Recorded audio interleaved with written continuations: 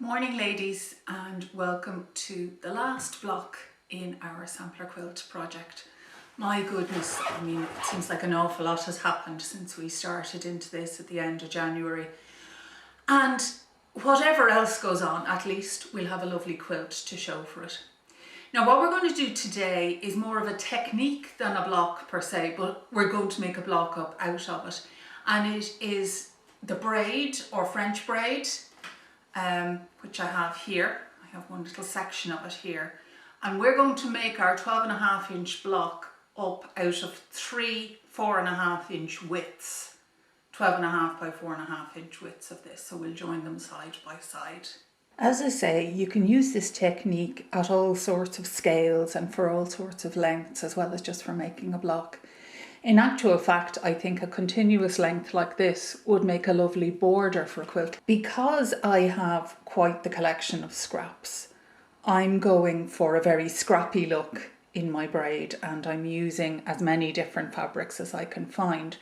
But you can see in this version that I've only actually used 4 different fabrics, and it gives you a different effect, but it's also equally effective. So you can decide how many or how few you want to use. You can make a braid at any scale, at any size. In fact, if you had a jelly roll of 2.5 inch wide strips, you could make a whole quilt in next to no time out of this. But for our block, where we're going to have 3 rows of braiding in a 12.5 inch square, we want to cut each of our component parts 1.5 inches deep and 4.5 inches long. There will be a little bit of wastage at the end of this. We'll be trimming it off to size, and those of you who are very good at using up scraps, I'm looking at you, Deirdre and Gabriel, will probably find something to do with the bits that we cut off, but you can't really go any smaller than 1.5 by 4.5 for what it is we're going to make. And you're going to need to cut out about 70 of these, 70. Seems like an awful lot, but they go together very quickly. I think you're really going to enjoy this technique because it's so simple and so adaptable. There's one shaped piece, the 4.5 by 1.5 inch piece of fabric. And there's one thing that you just keep doing again and again and again. So you take 2 of your pieces and right sides together.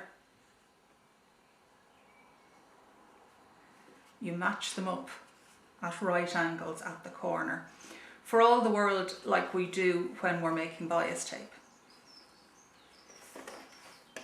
And then 1/4 inch seam.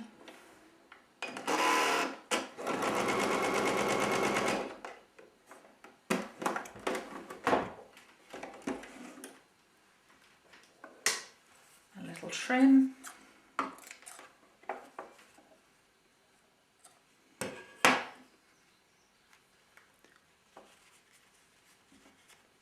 And when we fold this out, you can see that we've got the first V. And then the second piece that we add to that is going to go up level with the long edge of the first one that we joined on.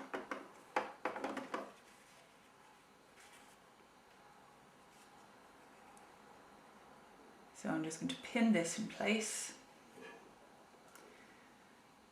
After a while you actually get kind of blasé and you don't pin, but we'll start out right anyway.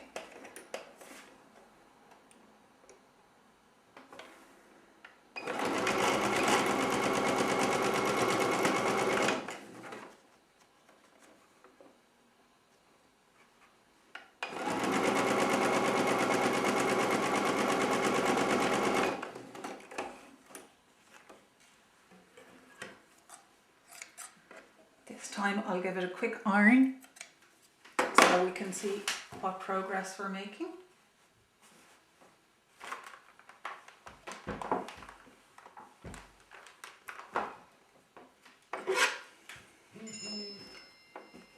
And there we go.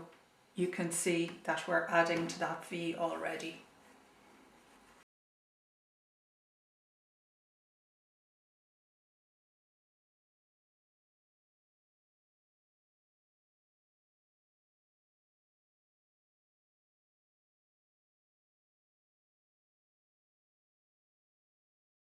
And so on and so on and so on.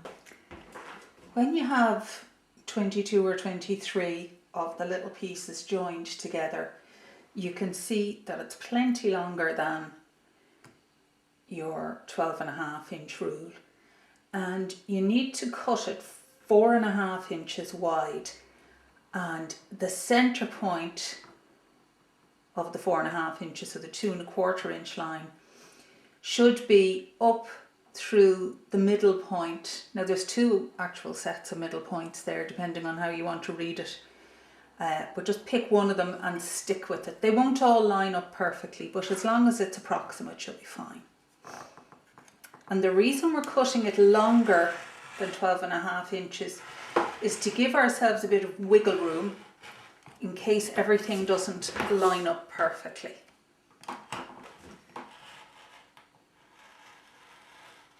We'll be able to move each piece up and down in relation to the others till we get the best fit we can.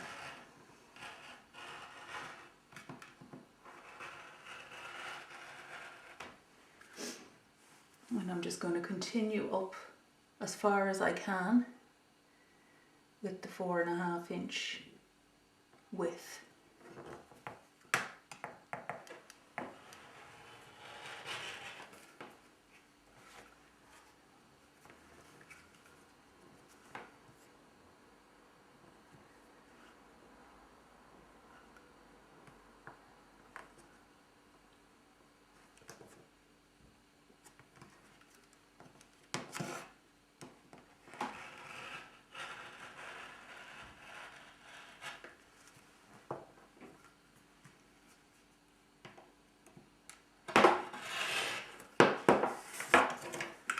So there it is.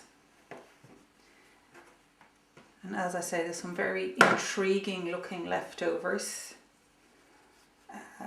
which you might be able to come up with something for. But there's one of your 3 strips, and you just do exactly the same then for the other 2. I have one still to make. They're all slightly different lengths, but that allows me to fiddle around and get the best line up that I can, the best joins along here. And remember, because you have cut through the edges on the bias, they're a little bit flexible, so if they don't line up perfectly, you can sort of persuade them into the right position.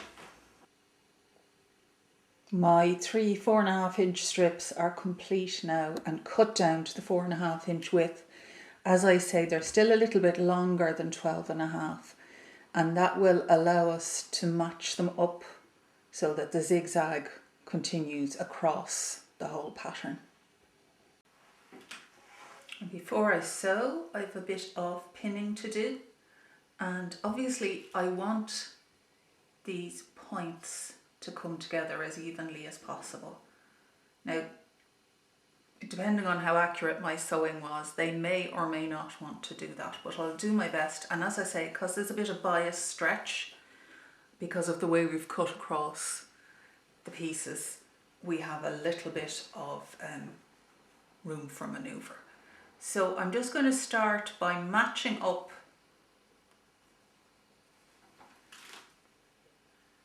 my seams as best I can.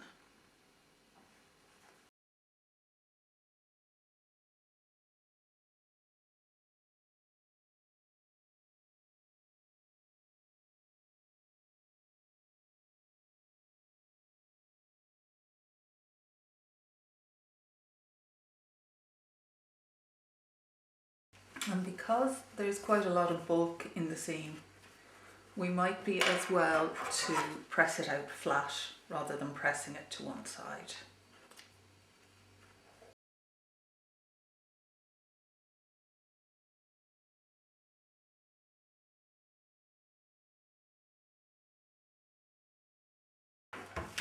And then we'll do exactly the same for the other piece.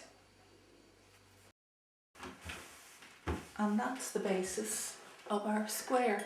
Now it needs to be trimmed down to 12.5 by 12.5, and that's really all there is to it. As I say, very versatile. It would make a lovely border if you wanted to make the dimensions of your quilt a bit bigger, you could just run it in a single strip. And I think, yeah, we'll get 2 of those into the final mix and we'll be delighted with ourselves. And after a quick trim, there's our lovely 12.5 inch braided square cut down to size.